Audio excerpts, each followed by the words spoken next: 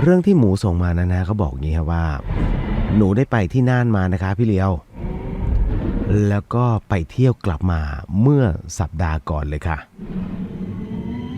ก็เลยขอแชร์ประสบการณ์หลอนให้พี่เลียวนั้นได้เล่านะคือหนูนั้นไปพักผ่อนกับครอบครัวโดยมีคุณพ่อคุณแม่และก็มีน้องอีก2 คนเราก็เช่ารีสอร์ทที่นี่แหละเรียกได้ว่าเป็นบ้านหลังติดกันมีด้วยกัน5 หลังฮะอยู่ริมผาสวยงามมากครับหลังจากที่พวกเรานั้นเข้าที่พักกันเสร็จสับแล้วฮะน้องหมูก็บอกว่าหนูก็เลยจองห้องนอนเลยฮะที่นี่มันกว้างมากครับพี่ราคาก็ถูกคือละ1,200นอนทั้งครอบครัววันนั้นมีเพียงครอบครัวเราครอบครัวเดียวที่พักอยู่ตรงนั้นฮะแถมอาหารก็ต้องบอกฮะอาหารอร่อยบรรยากาศดีคืนนั้นหนูก็ออกมานั่งตรงระเบียงรับลมค่ะหมูยังบอกต่อฮะว่าส่วนคุณพ่อคุณแม่ก็ดูหนังน้องก็นั่งเล่นเกมกันไปในห้องสำหรับหมูแล้วเนี่ยน้องเขาก็บอกว่าก็มองไปรอบๆฮะปล่อยอารมณ์ไปกับวิวทิวทัศน์ทางธรรมชาตินะฮะแม้จะมองไม่เห็นหรอกนะเพราะว่ามันมืดแต่เราก็ชื่นชมฮะที่นี่ไฟระเบียงทุกหลังจะเปิดตอนกลางคืนแต่มันเป็นไฟดวงเล็กๆนะพี่ก็ต้องบอกก่อนน้องหมูนั้นก็เรียกว่าหันไปมองรอบๆฮะแล้วก็โทรหาเพื่อนคุยถึงบรรยากาศของเมืองน่านฮะปรากฏว่าในขณะที่พูดคุยอยู่น้องหมูเขาบอกไงว่าหนูก็เห็นว่ามีผู้หญิงคนหนึ่งค่ะนั่งที่ขอบระเบียงบ้านหลังแรกจำได้ว่าเธอใส่ชุดสีชมพูผมยาวเหมือนจะสวยนะพี่เลียวแต่มองไม่ชัดหรอกเพราะว่าบ้านของหนูห่างออกไปนะฮะก็บ้านหนูอยู่หลังที่4จากนั้นหนูก็หันกลับไปแล้วก็คุยโทรศัพท์กับเพื่อนต่อมันเป็นช่วงที่เพื่อนนั้นกำลังระบายความในใจเพราะว่ามันกำลังทะเลาะกับแฟนมันอยู่ค่ะน้องเขาก็เดินวนไปวนมาพูดคุยกับโทรศัพท์นี่แหละตาก็ยังมองดูวิวไปบ้างนะฮะใส่ใจกับเสียงในโทรศัพท์บ้างฮะไม่ถึงนาทีนะพี่เลียวปรากฏว่าที่ระเบียงนั้นมันมีไหนฮะเป็นผู้ชายใส่เสื้อกล้ามกางเกงแพรหัวเกรียนเขายืนมองหนูอยู่แต่ผู้หญิงนั้นหายไปแล้วหนูก็สะดุ้งเลยตกใจคราวนี้ก็เลยเดินเข้าห้องเลยดีกว่าแต่มันก็เรียกว่ามันก็ไม่สะดวกฮะเพราะว่าพ่อกับแม่นั้นดูทีวีอยู่แล้วยังคุยกับเพื่อนเลยนะเพื่อนมันก็เหมือนกับว่าเฮิร์ตอยู่หนูก็เลยเดินออกมาที่หน้าบ้านเลยค่ะซึ่งทางหน้าบ้านนั้นก็เป็นระเบียงต่ออีกเหมือนกันพอเดินออกมาก็เจอผู้ชายคนนั้นยืนจ้องอยู่อีกค่ะคราวนี้หนูก็เลยบอกเพื่อนให้วางสายก่อนดีไหมเพราะตัวของน้องหมูเองเนี่ยเขาก็เริ่มกลัวแล้วฮะหนูก็เลยรีบเดินเข้าบ้านค่ะพี่เลียวแล้วมันไม่ลงใจฮะน้องเขาบอกว่ามันไม่สนิทใจนะพี่เลียวหนูก็เลยอยากจะรู้นะหนูก็เลยออกไปที่ระเบียงฮะเพื่อไปยืนดูเลยนะตกลงว่าเขาเป็นใครแล้วมายืนดูเราทำไมแต่พอออกไปคราวนี้ไม่มีใครค่ะหนูก็เลยเงยหน้ามองดูดาวบนท้องฟ้าแต่พอมองดูที่ระเบียงตามปกติฮะน้องเขาบอกว่าคราวนี้ปรากฏว่ามาผู้หญิงนั้นฮะมีผู้หญิงนั้นมานั่งที่ระเบียงบ้านข้างๆอีกแล้วค่ะพี่เดียวค่ะครอบครัวหนูนั้นเป็นครอบครัวเดียวของรีสอร์ทนี้แล้วระเบียงแต่ละบ้านนั้นอยู่ริมผาห่างกันแบบแค่กระโดดก็คือเรียกว่าคือโดดกันไม่น่าจะได้อะค่ะ หนูเลยกลับเข้าห้องเลยดีกว่าแต่จะบอกว่าหางตาที่น้องได้มองไปเนี่ยนะฮะมันไปเห็นบางอย่างก็คือคราวนี้ฮะผู้ชายมาอยู่ที่ริมระเบียงหลังที่3ค่ะโอ้โหหนูไม่ไหวแล้วรีบกลับเข้าห้องก่อนเลยดีกว่า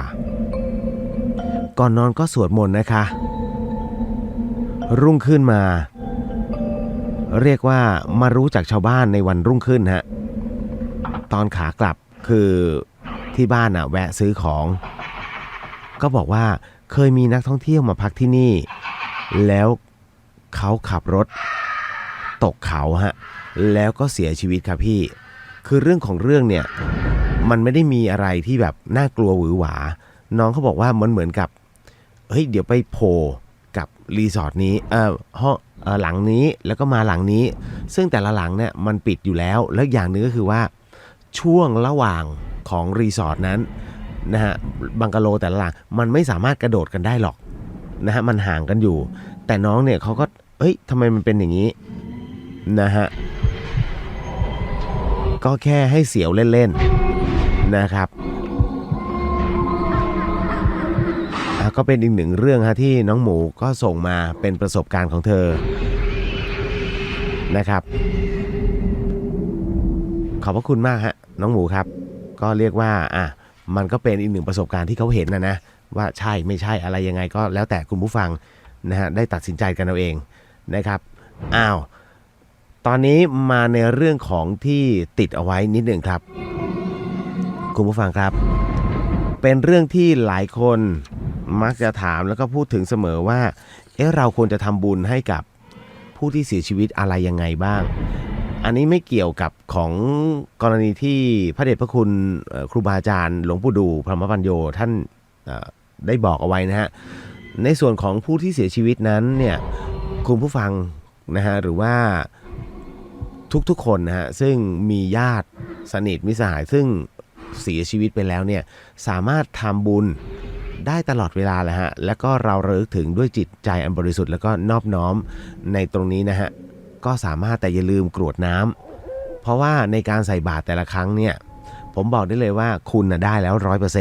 100% บุญนั้นแบ่งให้คนนู้นคนนี้ก็ไม่มีหมดฮะคุณยังเต็มอยู่ตลอดเวลาแถมจะได้เพิ่มขึ้นด้วยซ้ำการโมทนาบุญให้กับสัพพวิญญาณนั้นหลายคนบอกว่า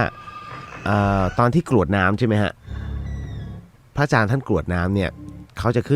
ขึ้นยะถาวรีวหาปุราปริปุเรนติสาคารังนะฮะอันนั้นคือถ้าขึ้นยะถาเนี่ยจำไว้ยะถานะให้ผีแต่พอขึ้นสัพพีนั่นคือให้คนเพราะฉะนั้นเวลาคุณหยาดน้ำหรือว่ากรวดน้ำเนี่ยฮะพอยะถาวรีวหาจบเสร็จปุ๊บเนี่ยอันนี้ฮะเขาเรียกว่าเทให้ลงพื้นดินนะ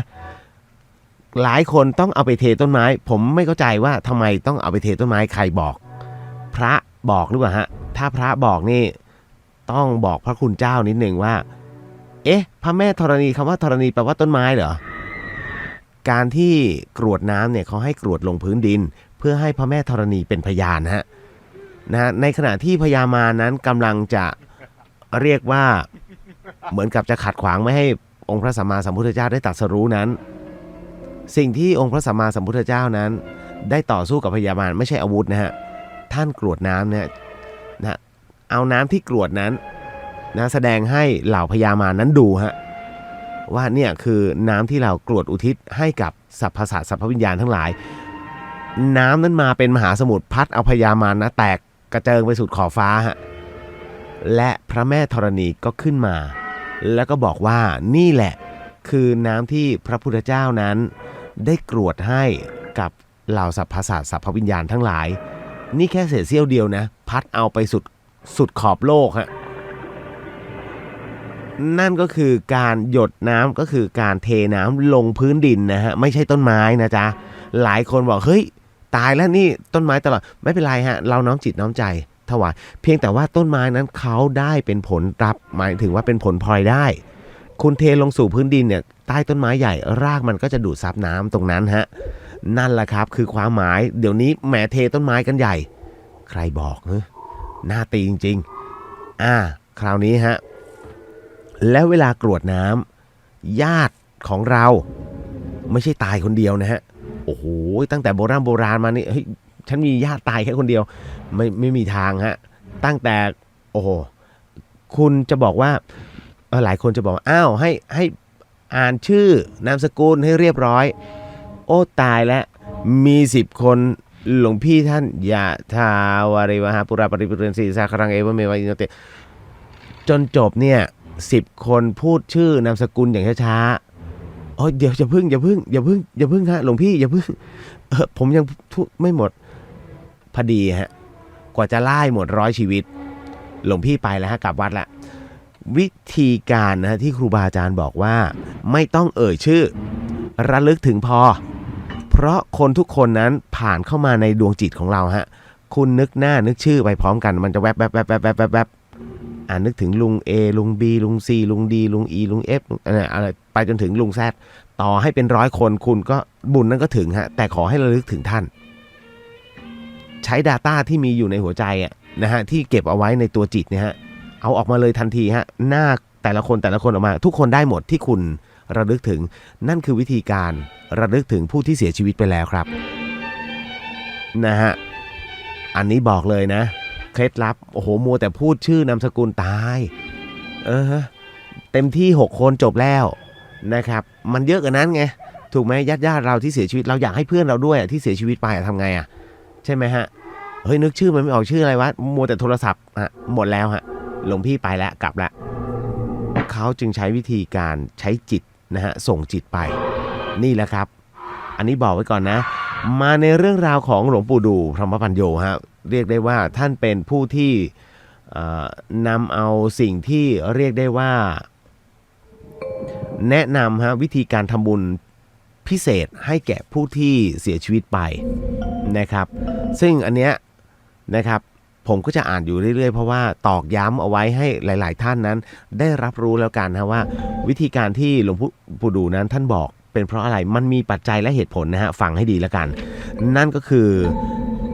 วันแรกนะฮะที่คุณควรจะทำบุญนะให้กับผู้เสียชีวิตนั่นก็คือวันพระครับคุณผู้ฟังครับเหตุผลที่หลวงปู่ดูบอกว่าควรจะที่จะทำบุญในวันพระนั้นนั่นก็เพราะว่าวันพระต้องเป็นวันเฉพาะขึ้น15 ค่ำนะครับนะฮะเฉพาะวันขึ้น15 ค่ำเท่านั้นฮะคุณผู้ฟังเพราะอะไรนะฮะเพราะว่าวันพระที่ขึ้น15 ค่ำนั้นเป็นวันที่ยมโลกหรือนรกนั้นหยุดการลงทันทรมานให้สัตว์นรก1 วันโลกมนุษย์ฮะ1 วันโลกมนุษย์มันก็ไม่กี่วินาทีฮะไม่กี่วินาทีกับนรกฮะเพราะว่า1 วันของนรกเท่ากับ30 ปีโลกมนุษย์สัตว์นรกมีทุกขเวทนาเบาบางลงจึงมีโอกาสระลึกถึงบุญกุศลที่ตนทำและอนุโมทนาส่วนบุญที่ผู้อื่นอุทิศให้เต็มที่ส่วนญาติที่เกิดเป็นเทวดานั้นก็จะนิยมมาฟังธรรมในวันพระแล้วก็ตรวจดูการทำบุญกุศลและก็ร่วมอนุโมทนาบุญกับผู้ที่ทำความดีในโลกนี้ด้วยครับเพราะฉะนั้นวันพระนั้นในช่วงนั้นเองฮะนะขึ้น15 ค่ำในอบายภูมินั้นหยุดในการลงโทษเพื่อให้ทุกๆตนนั้นรอรับอานิสงส์ผลบุญกับญาติของเราที่ส่งบุญไปให้ดังนั้นสรุปได้ง่ายๆฮะว่าในขณะที่เรายังเป็นมนุษย์อยู่ทำบุญเถอะครับทำความดีเถอะฮะมันถึงเราก่อนฮะแต่ถ้ามัวตายไปแล้วเนี่ยถ้าคุณอยู่บนสวรรค์คุณก็ทำบุญต่อไม่ได้นะฮะก็ต้องมารอว่าเอาเมื่อไหร่จะทำบุญให้ฉันจะได้ไปต่อยอดต่อบุญเปลี่ยนภพภูมิต่อไปให้สูงขึ้นแต่คนที่อยู่ในอบายภูมิก็ต้องรออีกฮะโอ้ยหิวเหลือเกินทำบุญให้ฉันสักทีนี่แหละฮะนั่นคือสิ่งที่มันเกิดขึ้นก็เลยต้องบอกก่อนว่าเป็นมนุษย์อยู่ตอนนี้รีบทำบุญทำกุศลดีกว่าฮะบุญนั้นผมบอกวิธีการไปแล้วไม่จำเป็นต้องทำด้วยเงินเสมอไปทำด้วยแรงทำด้วยสมองนะฮะทำด้วยกำลังใจโมทนาบุญได้หมดครับต่อมาฮะนะฮะรูปแบบที่2ที่หลวงปู่ท่านแนะนำก็คือวันครบรอบวันตาย7 วันฮะ ในการครบรอบวันตาย7วันของผู้เสียชีวิตนั้นในกรณีที่ผู้ตายไปแล้วเนี่ยผู้ที่ทำกรรมดีและชั่วไม่มากพอนั้นบุญบาปที่ตนทำในโลกนี้ยังไม่ส่งผลทันทีนะคุณผู้ฟังครับผู้ตายจะวนเวียนอยู่ในปรโลกเนี่ยอยู่7วันเพื่อที่จะมีโอกาสระลึกถึงบุญกุศลฮะและเจ้าหน้าที่ยมโลกหรือว่ากุมภันนั้นกำลังผลัดเปลี่ยนเวรกันอยู่ระหว่างที่รอเจ้าหน้าที่ซึ่งจะพาตัวไปยมโลกนรกนั้นหากผู้ตายระลึกถึงบุญกุศลที่ตนเคยทำได้หรือหากญาติมิตรทำอุทิศบุญกุศลให้ถูกวิธีณตรงนั้นแล้วก็ร่วมอนุโมทนาบุญผลบุญนั้นก็จะเกิดทันทีฮะเกิดในทางที่ดีเลยฮะโดยไม่ต้องไปยมโลกหรือว่านรกหรือว่าอุสธนรกหรือว่ามหานรกอันหนึ่งผู้ตายที่ทำบาปกรรมไว้เมื่อครบ7วันแล้วผู้ตายต้องกลับมาณสถานที่ตายหากเห็นญาติมิตรทำบุญให้ก็จะร่วมอนุโมทนาแล้วก็จะไปสู่สุคติได้ฮะอันนี้จำไว้เลยน